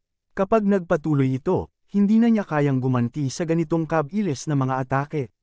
Sinabi ng boses sa kanya na huwag siyang mag-isip na huhulaan ang galaw ng kalaban niya. Tandaan niya na hindi tao ang kaharap niya at ang mga galaw nito. Muntik na si Vlad tamaan pero maswerteng napigilan niya ito. At bigla naman nasa harap na niya ang dulahan. Sinabi nito sa kanya na masyado daw siyang mabagal. Sinigaw ng boses ang pangalan ni Vlad sa pag-aakala ng boses na katapusan na ni Vlad. Pero biglang nilagay ni Vlad ang buong lakas sa kanyang paa at sinangga ang espada ng dulahan gamit ang kanyang armor sa balikat. Ito ay isang armor technique. Paano daw niya nagawa ito gamit lamang ang armor na gawa sa leather ng orc? Agad na limuwanag ang katawan ni Vlad matapos makatanggap ito ng pinsala sa armor o sa katawan. Nagulat ang dulahan, nakakahanga naman daw ang nasasaksihan niya. Kahit isang apprentice na katulad niya ay nakatanggap daw ng blessing mula sa isang spirit. Ano kaya ang kinalaman ng dulahan sa pagkatao ng boses na nasa loob ni Vlad? Patuloy pa rin ang pakikipaglaban ni Vlad sa Dalhala. Pero kahit ginagawa na niya ang lahat ay tila ramdam na niya ang pagod at fatigue sa katawan. Kahit anong gawing atake niya ay tila wala itong epekto sa Dalhala. Gumanti ang Dalhala sa kanya at ramdaman niya kaagad ang lakas nito. Sa isip ni Vlad ay hindi siya mananalo kapag nagpatuloy pa ito. Kung sana daw ay kaya niya rin maunawan ng malalim ang kanyang mundo gaya ni Rot-Eager. Biglang lumiwanag ang mata ni Vlad. Ang mundo ni Vlad na nangangailangan ng isang bagay para mapunan ito, at ang mundo na nakaugnay sa mundo ni Vlad, ay walang iba kung hindi ang mundo ng boses. Sa kawalan na kung saan ang mundo nila ay magkarugtong, ang ako ay magiging tayo. Pinapahintulutan daw ito ng boses. At tila nakaramdam na si Vlad ng bagong kapangyarihan at nagbago din ang liwanag sa mga mata nito. Kinagulat ito ng Dalhala. Sinabi ng boses kay Vlad na gamitin ito ang kanyang mundo. Nagbago ang aura ni Vlad at naging kidlat ito. Galit na galit si Vlad dahil sinabi ng Dalhala sa kanya na iwan na ang mga bata at umalis na. Napakabilis na inatake ni Vlad ang kalaban at niyanig ang paligid ng lakas ng kidlat. Mula sa lakit ay tumama din sa kinakatayuan nila ang napakalakas na kidlat. Unti-unting hamupa ang mga alikabok bunga ng kanilang labanan at nababalot pa rin ng kidlat ang espada ni Vlad. Pero nadismaya siya nang makitang maliit na sugat lang ang nadulat niya sa kalaban. Napakaliit ng mundo niya kumpara sa mundo ng boses kaya hindi ito kasya at hindi niya mailabas ang tunay na lakas. Mayroon na lang 2 o 3 beses si Vlad para magawa ulit ang ataking yun. Biglang nagsalit ang boses. Sinabi niya kay Vlad na hindi niya seneryoso ang kanilang laban dahil akala niya ay pareho lang sila ng estilo ng pakikipaglaban. Unti-unting nagbago ang anyo ng kalaban ni Vlad. Hindi rin niya maintindihan kung ano ang nasa harap niya. Nabalot ng armor ang Dalhala at may itim na espada ito. At walang ano-ano'y napakabilis na nawala nito sa kanyang harapan. Sumigaw ang boses kay Vlad na umiwas. Biglang nasa likuran na niya nagdalhala at akmang tatagayin si Vlad. Nasangga nga ito ni Vlad pero tumilapon siya papalayo. Sobrang layo ng inabot niya dahil sa lakas ng impact. Sa isip naman ng Dalhala ay sa ganoong kaliit na oras ay nagawa niyang pigain ang aura niya at ibaling ang atake. May potensyal daw ang batang ito. Kaya isa lang ang sinasabi ng kanyang isip na yon. Kailangan niyang tapusin na ang batang ito. Sana daw ay hindi pinasubra ni Vlad ang kanyang pangingialam. Akmang sasaksakin na niya si Vlad nang biglang lumakas muli ang kidlat sa paligid nito at hinawakan ang espada ng Dalhala na tila wala lang ito sa kanya. Biglang nagsalita ang boses at tinanong ang Dalhala kung hindi daw ba niya narinig ang sinabi ng batang ito kanina. Pakawalan at huwag idamay ang mga bata. Sinapian na pala ng boses ang walang malay na katawan ni Vlad. Isang napakalakas na kidlat muli ang tumama sa Dalhala mula sa kalangitan. Para sa boses, hindi niya kilala ang kanyang sarili. Ang tanging alam niya lang ay may dapat siyang gawin. Ang mga alaala ng kanyang buhay tila matagal nang nakalimutan at ang tanging tungkulin na dapat niyang sundin ay nakaukit ng malalim sa kanyang kaluluwa. At ang tanging dahilan kung bakit siya nandirito, ay ang tungkuling ito. Napapalibutan ng orang kidlat ang buong katawan ni Vlad na sa kasalukuyan ay ginagamit ng boses.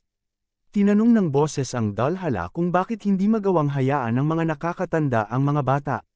Bakas na rin ng pinsala sa katawan ang dalhala. Dahan-daang lumalapit si Vlad sa dalhala at nang walang ano-ano'y nawala ito sa kanyang harapan at naiwan lamang ang bakas ng kidlat. Nasa likod na pala siya ng dalhala.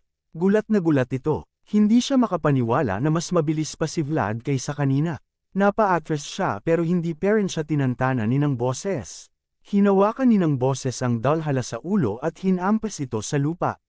Sinabi ng boses sa kanya na ang lakas ng loob nitong gumawa ng kaguluhan gayong walang kwenta naman pala ang kakayahan nito. Tinanong ng dalhala ang boses kung sino daw siya, pero sagot ng boses ay wala daw siyang sasabihin sa isang basura na katulad niya na gumagamit ng dugo ng mga bata para mabuhay. Kaya nararapat lang na siya ay mamatay. Kumidlat ulit ng napakalakas sa kinakatayuan ni Vlad at ng dalhala. Tila nagawa pang makatakas ng dalhala pero ramdam na niya ang pinsala sa katawan niya. Hindi niya maintindihan ang mga nangyayari. Siya na isang dalhala ay nakakaramdam ng takot. Lumingon sa kanya si Vlad at wala na itong emosyon na pinapakita. Sa isip ng dalhala ay dapat nga itong katakutin. Isang mabangis na halimaw ang lumalapit sa kanya at pinapakita ang pangil nito. Lumalapit ito sa kanya para siya ay lamunin. Napuno ulit ng kidlat ang buong katawan ni Vlad at sa isang iglap ay nawala ulit ito sa harapan ng dalhala. Umulan ng napakaraming kidlat sa paligid niya na nagbabadyang tatapos sa kanya. Hindi niya makita o maramadman kung saan aatake si Vlad, sa kaliwa o sa kanan. Pero biglang nagsalita ang boses sa kanyang likod at sinabi na masyado daw itong sinasabi kanina, kaya siya siguro mabagal. Lumingon ang dalhala at nagpakawala ng napakalakas na atake. Pero wala doon, nasa likod niya ulit si Vlad. Galit na galit ang dalhala at nagpakawala ng napakaraming atake at nagbabasakali na matamaan niya si Vlad. Pero walang kwenta ang lahat ng ito. Sinabi ng boses sa kanya na ang lakas ng loob ng isang hamak na katulad niya na kutsain ang batang may potensyal na kanyang iniingatan. Para naman sa dalhala, ang katawang taglay niya ay walang kamatayan at hindi nakakaramdam ng sakit. Pero ano itong nangyayari? Ano itong sakit na nararamdaman niya na tila umuubos sa kanyang kaluluwa? Sunod-sunod ang mga atakeng pinakawalan ng boses gamit ang katawan ni Vlad. Bagsak muli ang dalhala sa lupa.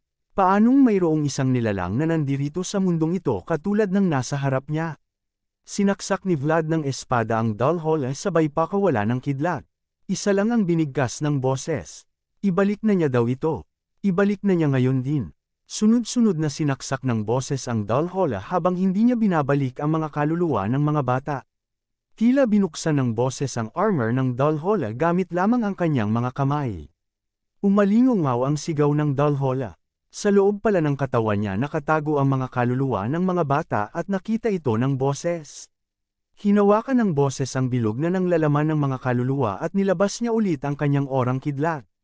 Bumalik na daw sila sa kanilang katawan. Napasigaw ang dalhala at wala siyang magawa sa kapangyarihang taglay ng boses. At walang ano-ano'y nabasag ang bola at napakabilis na kumalat ang mga puting liwanag sa buong bayan. Ito pala ang mga kaluluwa ng mga bata at isa-isang bumalik ang mga ito sa kanilang mga katawan na yakap-yakap ng kanilang mga magulang. Unti-unti rin na nawawalan ng lakas ang dalhala habang kumakawala ang lahat ng mga kaluluwa sa loob ng kanyang katawan. Sinabi ng boses na tiyak niyang alam ang mga bagay na ito pero hindi niya lang ngayon maalala. Ang paraan kung paano patayin ang mga katulad ng uri niya. Sa isip ng dalhala ay akala niya, kauri niya ang kaharap niya ngayon. Akala niya isa din siyang kaluluwa na nakatakas sa kamatayan kagaya niya. Sinabi ng boses na hindi nga niya maalala pero hindi ibig sabihin ay wala nang ibang paraan para gawin ito. Pinutol ng boses ang isang braso ng dalhala at sobrang lakas ng sigaw nito dahil sa nakaramdam siya ng sakit. Sinabi ng boses na isa-isahin niyang puputilin ang braso at binti niya. Parang pareho lang din naman daw ito na pinatay siya. Sinunod ng boses ang isang binti niya. Hindi alam ng dalhala kung ano ang kanyang gagawin. Sunod ulit ang kanyang natitirang binti. Gumagapang ito papalayo kay Vlad pero wala pa rin siyang magawa. Ngayon daw ay isang braso na lang ang natitira sa kanya. Biglang sumigaw ang dalhala at tinawag ang isang pangalan. Lamashto. 2 beses niyang binanggit ito. Biglang nabalot ng itim na usok ang paligid ng dalhala bago pa man siya naabot ng boses. Mukhang makakaligtas pa sa pagkakataong ito ang dalhala. Sumigaw siya at sinabi na nandirito siya. Ang maitim na usok ay naging hugis mga kamay. Pero tila nag-iba nag-ekspresyon ng Dalhola. Tila nalito siya kung ano ang ginagawa ni Lam Ashto sa kanya. Biglang isa-isang dinakma ng mga kamay ang kanyang natitirang katawan. Tila unti-unting inuubos ng mga kamay ang life force ng Dalhola. Napansin ng boses na tinatanggal sa Dalhola ang kanyang pagka-immortal. Hindi daw ito maaari sigaw ng Dalhola. Sinigaw niya ulit ang pangalan ni Lam Ashto sa huling pagkakataon pero wala pa rin itong nagawa. At tuluyan na nga na nilamon ng mga kamay ang Dalhola hanggang sa mawala na ito ng buhay. Naging alikabok na lang ito at unti-unti rin na nawala ang itim na usok na tila galing sa taong si Lam Ashto. Sa isip ng boses, wala siyang maalala sa pangalang Lam Ashto pero may nararamdaman siyang kakaiba sa pangalan na ito. Anong klaseng nilalang daw ito? Biglang nakaramdam ang boses na ubos na ang oras niya sa katawan ni Vlad. Tila daw napasobra ang pag-amit niya dito. Pero kahit na ganito ay hindi may kakaila ang paglakas ni Vlad. Nakakatuwa dahil nakatagal daw ang katawan niya ng ganito kahaba. Hihingi na lang daw siya ng paumanhin sa kanya pagkagising nito. Tuluyan na nga na bumagsak ang katawan ni Vlad. At habang nakahiga sa lupa ay unti-unti na rin na suminag ang araw. Tila sagisag ng mas maliwanag na bukas sa bayang yon. Sa Autumn Barony naman, sa lugar ng Mashiam, ay may babaeng nakaupo sa tila isang trono. Iniisip niya ang nangyaring labanan. Napansin niya na kahit ang kaluluwa ng taong nakaharap nila ang nagliliwanag, ang mga bakas ng pakikipaglaban niya ay walang awa. Gumagamit daw ito ng mahika na makikita lamang matagal na panahon na ang nakakaraan. At hindi lang ito. Ang ibang mga bagay ng nakaraan ay nagsisimula na ulit magparamdam at gumalaw. Nakikita na niya, ito na rin ang tamang oras para gumalaw. Ang oras kung saan ang bitak ay magpapakita. Ang panahon ng kaguluhan na matagal na niyang hinihintay. Sa harap ng babaeng ito ay ang mga ulo ng hindi nakikilalang mga tao. Agad niya na pinag-utos sa kanyang mga kabalyero na iligpit na ang mga nasa harapan niya. Sila pala ay mga kabalyero ni Baron Othman. Ito pala ang kabayaran sa pabor na ginawa niya sa Baron. Muling ibalik sa mundo ng mga buhay ang kanyang anak. Hindi makapaniwala si Baron Othman sa nakikita. Buhay ang kanyang anak pero tila may mali dito. Sinabi ng babae na ang Mashiam ay nababalot na ng kadiliman. Mananatili daw sila dito pansamantala. Nakaluhod naman ang mga kabalyero ng babae sa kanya. Ang mas nakakatakot pa ay lahat ng mga ito ay mga Dalhola. Sabay-sabay na sumagot ang mga ito na susundin nila ang pinag-uutos niya. At tinawag nila ang babae sa pangalang Lam Ashto. Ano kaya ang pagkatao ni Lam Ashto at ano ang masamang binabalak niya sa kontinente? Pagkalipas ng 3 araw, sa parehong bayan kung saan nakalaban nila Vlad ang dulahan, ay sa wakas, nagising na rin siya. 3 buong araw na natulog si Vlad matapos ang matinding laban na yun. Sabi naman ni Geody, magpasalamat na lang daw ito at natapos na ang laban. Nang matagpuan niya daw si Vlad ay parang isang basahan na nakahandusay. Alam daw ba niya kung gaano kahirap na dalhin siya dito pabalik sa kanilang tinutuluyan? Walang masabi si Vlad kanyang kapabayaan. Tinanong ni Vlad si Geody kung kumusta naman daw ang ibang kabalyero. Maayos lang daw ba sila? Sa lahat daw sa kanila, ang kapitan daw ang pinakamalubha. Pero huwag daw siyang mag-alala sa iba at magpahinga muna. Aalis na daw muna si Geody at titingnan ng iba. Tawagin na lang daw siya nito kapag may kailangan siya. Nagpasalamat naman si Vlad kaagad kay Geody. Panandali ang natahimik si Vlad habang unti-unting pinoproseso ang mga nangyayari. Hanggang nakahinga siya ng maluwag at sinabi na masaya siya dahil ligtas silang lahat at buhay. Tama sagot ng boses, ito daw ang pinakamahalaga sa lahat. Mukhang ang barrier na nilabas ni Justia ay napakatibay at nagtagal ito hanggang matapos ang laban. Sadyang malakas talaga si Justia. Tama nga daw siya saad ni Vlad. Pero parang napaka hindi pamilyar daw ang pakiramdam niya ngayon na nakikipag-usap siya sa boses na walang gamit na espada. Ayon sa boses, ito ay dahil sa ang horizons ng kanilang sariling mundo ay magkaugnay na. Kahit sa panandaliang pagkakataon lang, ay naging isa matapos hiramin ni Vlad ang kanyang mundo. Maaari na daw siyang kausapin ni Vlad sa pamamagitan lang ng kanyang pag-iisip. Natuwa si Vlad dahil hindi na niya kailangan pa mag-ingat o tingnan ang paligid bago kausapin ang boses. Hindi niya na rin kailangan na magpanggap na parang nagdadasal. Ganoon na nga saad ng boses. Pero biglang sinabi ni Vlad sa kanya, na pag-isip daw niya na hindi pa niya ito nasasabi sa boses kahit noon pa man. Kahit na sekreto lang daw nilang dalawa ang mga pangyayari, ang totoo daw ay ang boses ang nagligtas sa lahat laban sa dulahan. Hindi lang si Vlad, niligtas niya ang mga bata ng village na ito pati na ang mga kasamang kabalyero at si Justia. Taos-pusong nagpasalamat si Vlad sa boses. Hindi nakasagot ang boses at tila natahimik rin si Vlad. Hindi niya alam kung ano na ang sasabihin. Pero agad naman na sinabi ng boses kay Vlad, na siya din mismo, ay binigay ang kanyang lahat para maligtas ang mga bata. Napangiti si Vlad sa mga sinabi ng boses. Hindi pa muna bumangon si Vlad at pinagmasdan muna ang magandang tanawin mula sa kanyang bintana. Makalipas naman ilang oras ay pupuntahan sana ni Vlad si Justia pero pinigilan siya ng isang holy night. Pero agad naman na magalang na nagpakilala si Vlad at sinabi na kilala daw siya ni Justia. Tiningnan lang siya ng holy night mulo-ulo hanggang sa mga paa nito. Agad naman itong sinabi na maghintay sandali. Umalis ang holy night at iniwan si Vlad sa labas. Sa isip niya, kahit huli na dumating ang mga holy night, masaya pa rin siya dahil ngayon ay nandito na sila. Payapa na at panatag ang loob ng mga tao sa bayan na ito. Bigla naman lumabas muli ang holy night at sinabihan si Vlad na maaari na siyang pumasok sa loob. Nagpasalamat naman si Vlad sa kanya. Pero pagpasok ni Vlad ay tila ng lamig ang buong pakiramdam niya. Nagulat siya sa kanyang nadatnan sa loob ng simbahan. Ang loob ng simbahan ay napuno ng mga katawan ng mga babaeng wala ng buhay.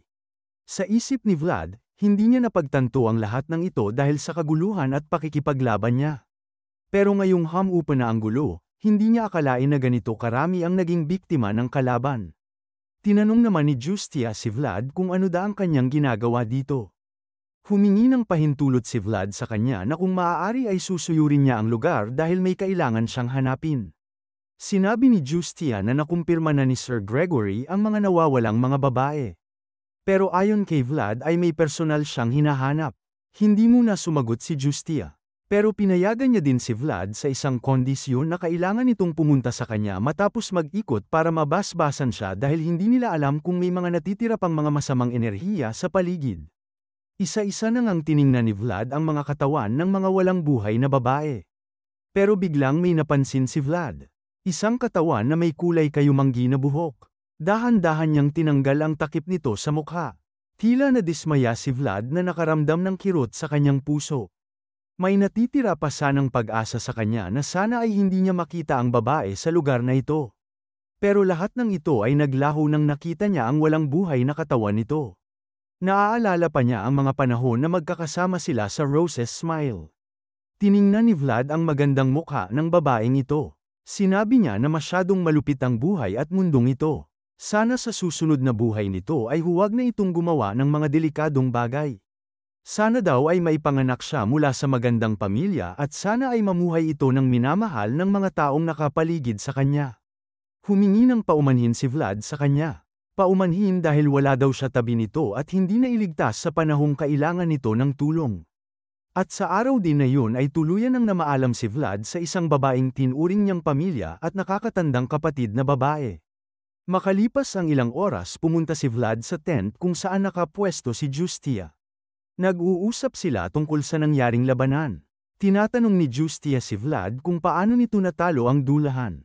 At dahil hindi masabi ni Vlad ang tungkol sa boses, ay gumawa ito ng kwento at hinaluan niya ng konteng katotohanan. Binahagi niya rin na ang tumapos sa duhalan ay isang black hole na humigop sa dulahan. Tinanong pa siya ni Justia tungkol sa iba pang detalye pero sinabi ni Vlad na hindi na niya maalala ang iba dahil masyadong nakatuon ang kanyang atensyon sa pakikipaglaban. Napakahirap daw nitong harapin ang mga atake ng duhalan. Binulong naman ng boses sa kanya na magaling ang kwentong ginawa niya at kapani-paniwala daw ito. Biglang may naalala si Vlad na kinwento ng boses sa kanya. May narinig daw itong pangalan na binanggit ang duhalan bago ito maglaho. Anong pangalan? Tanong ay Justia. Hirap daw maalala ni Vlad dahil nawawala daw siya sa kanyang katinuan noon at tila nahihimatay na. Sinabi ni Justia na baka maalala daw niya ito kapag may kinakain siya. Agad naman na pinagbalat ni Justia si Vlad ng mansanas. Pilit na iniisip ni Vlad ang pangalan at nagsisimula daw ito sa mga katagang lama. Hindi siya sigurado pero parang lamasyo. Nang marinig ito ni Justia ay napatigil siya sa ginagawa at tila nanginginig ito. Kinumpirma niya kay Vlad kung ito daw ba ay Lam Ashtu. Tama, yan nga daw ang pangalan na binanggit niya. Di na nakapagpigil si Justia at tila napiga nito ang mansanas. Nagpasalamat na siya kay Vlad sa kooperasyon nito. Napansin din ito ni Vlad. Sinabi ni Justia sa kanya na hindi daw malilimutan ng Sunrose Ino ang katapangan na pinakita ni Vlad sa araw na yun. Bumalik na daw ito sa pagpapahinga. Umalis si Justia at lumabas sa kanyang tent. Sinabi naman ng boses na mabuti at tila hindi na nagsusespecha si Justia sa kanya. Pero sinabi ni Vlad na maliban doon. Napansin din daw ba ng boses ang ekspresyon ni Justia? Tila daw ay naging ibang tao siya nang marinig ang pangalang Lam Ashtu. Balik naman sa Sora sa munisipyo nito, kung nasaan si Joseph ay may tinanggap na mahalagang bisita. Tinanong niya ito kung kailan daw ito dumating sa Sora. Tinawag niya ang kanyang bisita na si Lam-on. Sinabi ni Lam-on na matagal-tagal na kung tutuusin. Ayon naman kay Joseph ay sana daw sinabi nito na darating siya nang sa ganoon ay napaghandaan niya ito at nasanduman lang siya. Pero sinabi ng matanda na isa na lamang siyang hamak na pinakamababang tagasilbi. Paano daw niyang magagawang paglingkuran siya ng isang young master? Pero ang mas importante para sa kanya ngayon, ay kung nasaan ang batang lalaki ng Bayezid. Si Vlad kaya ang tinutukoy ng matandang ito at ano ang balak niya kay Vlad. Sinabi naman ni Joseph sa matanda na sa kasalukuyan, nasa mission pa si Vlad. Pumunta daw sila sa Othman Barony pero sigurado silang makakatanggap sila ng balita sa mga susunod na mga araw.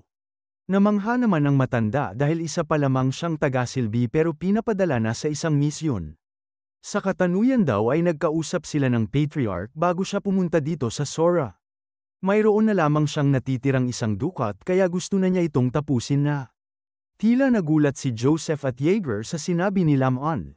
Ang dukat. Mukhang alam na ni Joseph ang pakay ng matanda. Hindi lamang pumunta dito si Lam-on para makita si Vlad. Dagdag pa na sinabi ni Lam-on, ang mga kasalukuyang servants ng Bayezid ay mga mapupurol. Hindi siya makapaniwala na ang mga tao na siyang dapat papalit sa pangalan ng mga Bayezid ay ganoon kahihina. Nakangiti na sinabi ni Lam-on kay Joseph na iniisip niya kung ganoon din bang klase ang servant na pinalaki ni Joseph. Agad naman na sumagot si Yeager na tiyak na mas magaling at lamang siya sa kanyang kasabayan. Pero ang kapintasan lang sa kanya ay ginagawa nito ang kanyang gusto.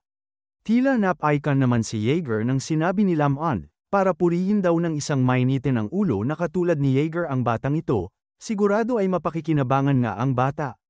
Huwag na daw magulat si Yeager. Mula ng pagkabata nito, pinakita na niya ang kanyang kapilyuhan niya sa kanya. Pero sana daw ay makursunadahan niya ang batang ito. Kung sakali man na magkasing ugali daw ni Vlad ang batang Sovenin o kung ano pa man ang pangalan niya dahil lamang sa kanyang mga magulang, ay siguradong bibigyan niya ng magandang leksyon ito kahit pa servant ito ni Joseph. Agad naman na sinabi ni Joseph na walang mga magulang ang kanyang servant. Sa isip ni Joseph, ngayong alam na niya ang tunay na intensyon ni Lam-on, kailangan niya mapukaw ang interest nito kay Vlad. Dagdag pa na kwento niya kay Lam-on, lumaki daw si Vlad sa squatter ng Sora nang walang mga magulang at nakarating sa kanyang kinakatayuan gamit ang kanyang sariling lakas. May dahilan si Joseph kung bakit binanggit niya ang mahirap na pamumuhay na pananggalingan ni Vlad. Kailangan niyang may paalala sa kay Lam-on ang kanyang nakaraan kung saan siya ay nakaranas din ng kahirapan at naging matagumpay gamit ang sariling lakas nito. Dagdag pa ni Joseph, hindi daw kailangan ni Lam-on na ibigay ang kanyang dukat kay Vlad, maturuan niya lang ito ng kahit kaunti ay sapat na. Napangiti lang si Lam-on, hindi daw siya nag-akaka-interest sa mga batang hen heirs yun ngayon pero dahil si Joseph mismo ang humingi ng pabor. Ay sisiguraduhin niya na titingnan ng mabuti ang batang ito. Sa Othman Barony naman kung saan sila ni Vlad ay naghahanda na para bumalik sa Sora, ay nagpaalam na sa mga tao doon. Nagpaalam din si Justia sa kanila at pinangako na hindi makakalimutan ng Sunrose Ino ang kanilang ginawa. Pabiro naman na sinabi ni Gregory na kung sana ay bigyan sila ng mga mabubuting salita sa kanyang ulat. Ang kanilang mayor daw na si Joseph ay medyo metikuloso. Hindi daw maaari magsinungaling si Justia sa kanyang ulat pero ilalagay niya sa konsiderasyon ang posisyon ni Sir Gregory. Sinabi naman ni Sir Gregory na kung ganoon ay mas mabuti pa siguro na huwag na lang silang banggitin. Tila nakuha naman ni Vlad ang pansin ni Justia nang inaayos ni Vlad ang kanyang bandila. Tinanong ni Justia si Gregory kung may bandila na pala si Vlad. Ayon kay Gregory, matagal-tagal na din pero sa wakas ay nakatagpo na din ang Bayezid ng isang potensyal na tinututukan nila.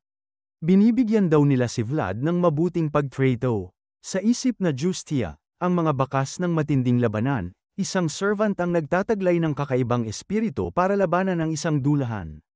Ang dalawang katotohanan na ito ay nagpapakita na kung gaano ka-extraordinaryong tao si Vlad. Nagpaalam na si Sir Gregory sa kay Justia.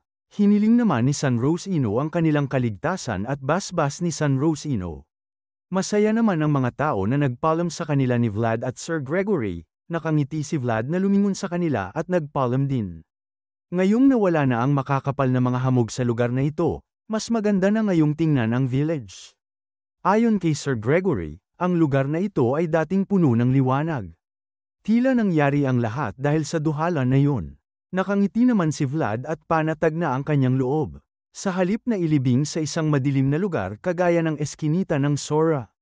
Alam niyang mas pipiliin ni Ana na mailibing sa village na ito kung saan puno ng sinag ng araw. Hinihiling niya na sana ay makahanap ng kapayapaan sa lugar na ito si Ana. Kinagabihan, nagpahinga sa kalagitnaan ng biyahe sila Vlad. Nagpalipas sila ng gabi sa gitna ng gubat. Habang natutulog na ang iba ay iniisip pa rin ni Vlad ang nangyaring labanan. Hindi mawala sa isip niya na siya ay natalo. Kung hindi dahil sa boses, baka ngayon ay wala na sila. Mahahalin tulad lang sila kay George at kay Ana. Siguradong malalamon siya ng napakalaking mundo na hindi niya kayang tapatan. Bigla naman nagising si Sir Gregory at tinanong si Vlad kung ano ang malalim na iniisip niya. Sinabi ni Vlad na iniisip niya lang ang mga iba't ibang bagay. Pero napansin ni Gregory na mas malalim pa doon ang iniisip ni Vlad. Ayon kay Vlad, masyadong maraming mga kahanga-hangang mga tao sa mundong ito. Hindi niya alam kung kailan niya kayang magtagal na mamuhay kasama ang mga malalakas na taong ito. Sagot naman ni Gregory ay halos lahat ng mga kabalyero ay naiisip din ng ganyang bagay minsan sa kanilang buhay. Walang tama o buong sagot sa bagay na ito. Pero mayroon lamang siyang napagtanto habang nabubuhay. Ano ito, tanong ni Vlad? Para kay Gregory, kailangan niya lang paalabin pa ang kanyang sarili. Walang paraan para panatiliin ang apoy kapag umihip na ang hangin ng malakas. Pero hanggang may apoy pa na natitira, maaari ulit itong maglagablab. Kailangan lang ni Vlad na maging matatag ng paulit-ulit at paalabin ang sarili ng walang katapusan. Sa isip ni Vlad ay tama lahat ng ito. Walang madaling daan para maging malakas at makahabol sa mga malalakas na taong ito. Kailangan niyang pagtuunan ng pansin ang kasalukuyan niya. Dahil kung gusto niya na makaharap ang mga malalaking mundo na makakasalubong niya sa hinaharap, kailangan niya maging isang napakalaking apoy. Habang nagpapahinga naman si Vlad ay tila may nagmamasid sa kanya sa hindi kalayuan. Tahimik lang itong nakatingin sa kanya sa itaas ng isang bangin. Tila anino ito ng isang matipunong kabayo. At sa mga mata nito, ay tanging liwanag ni Vlad ang kanyang nakikita. Sumunod na mga araw ay nakarating na nga sila Vlad at ang kanyang pangkat sa Sora at pumunta sila kaagad kay Joseph. Pinuri naman ni Joseph ang kanilang ginawa. Gusto niyang purihin ang kanilang kasipagan sa sinagawang misyon. Pati na rin ang kanilang inisyatibo na puksain ang ugat ng problema. Pero ang katotohanan na binunot nila ang espada ng Bayezid sa ibang teritoryo ay hindi basta-basta mapapalampas. Humingi naman ng paumanhin si Gregory at inaako ang pagkukulang bilang pinuno ng misyon. Bigla naman na may nagsalita at nagbigay ng kanyang opinyon. Nagbago na daw talaga ang panahon. Paanong daw nilang nagawang kumilos ng walang-walang pag-iingat sa ibang teritoryo? Ang mas masama pa daw ay alam naman nila kung ano ang mangyayari kung ginawa nila yon. Ang aksyon nila ay napakasama. Ito ang mga salita ni Lamon sa kanila. Nagtataka naman si Vlad kung sino ang matandang ito. Ang hangin sa paligid ng matandang ito ay kakaiba. Sinang-ayunan naman ni Joseph ang sinabi ni Lamon. Nagawa nilang palalin pa ang sitwasyon sa kasalukuyang ngayon nagsisimula na ang kaguluhan. Ang imperyo ay nagsisimula ng bumagsak dahil hindi na nito magawang makontrol ang sakop nito. Isa-isa nang lumalabas ang mga naiipon na mga problema. Lahat na maliliit at malalaking digmaang teritoryal na nangyayari sa iba't ibang rehiyon, ay walang kasiguraduhan kung makakaligtas ang norte. Humingi ulit ng paumanhin si Gregory. Dagdag pa ni Joseph, sa panahon ngayon na kung saan ay nagpapakita na ang mga sinumpang mga bagay ng nakaraan, ang Iron Duke ay binibigyan din ng atensyon ang nangyari sa village na yun. Tila nagulat si Gregory nang binanggit ni Joseph ang Iron Duke. Inaamin daw ni Joseph na may mabuti silang intensyon. Pero ang apoy na dinulot nila ay masyadong malaki. Hindi makapagsalita si Vlad. Wala siyang kakayahan o anuman para mapangatwiranan ang kanyang ginawa. Pero nag-iba ang mga tingin sa mata niya nang sinabi ni Lamont na dapat ay umalis sila ng mas maaga sa lugar na yun. Narinig daw niya na nandoon ang kabalyero ng San Rosino. Ibig sabihin ay dapat pinaubaya na nila ito sa kanya at ito ang normal at tamang proseso. Lumingon si Vlad na puno ng galit sa kanyang mga mata. Sa isip niya ay walang karapatan ang matandang ito magsalita ngayong hindi niya alam ang nangyari. Wala siya doon para humusga. Dagdag pa ni Lamont, ang mga kabataan ngayon ay hindi iniisip ang mga konsekwensya bago umaksyon. Hindi na nakapagtiis pa si Vlad at inilabas na ang kanyang saloobin sa pangkakanti ni Lamont sa kanila. Walang reaksyon si Joseph at Yeager dito. Pero nagulat naman si Gregory at Kane sa inasta ni Vlad. Sinabi ni Vlad kay Lamont na kung hindi sila nakialam sa panahon na yun, maraming bata ang mamamatay. Tila namangha naman si Lamont sa pinakita ni Vlad. Sa isip niya biruin mo daw, saan nakakita si Joseph ng katulad ng batang ito? Akala niya ay isang uhuging bata lang ang Vlad na ito. Sino ang mag-aakala na isa pa lang itong mabangis na lobo? Abangan po natin ang susunod na komprontasyon ni Vlad at ni Lamont. At kung ano ang magiging desisyon ni Joseph sa kanyang kapalaran. Maraming salamat po mga ka-recap sa panunood at sana po ay nagustuhan ninyo. Please like our videos po and also subscribe to our channel. See you soon. Bye!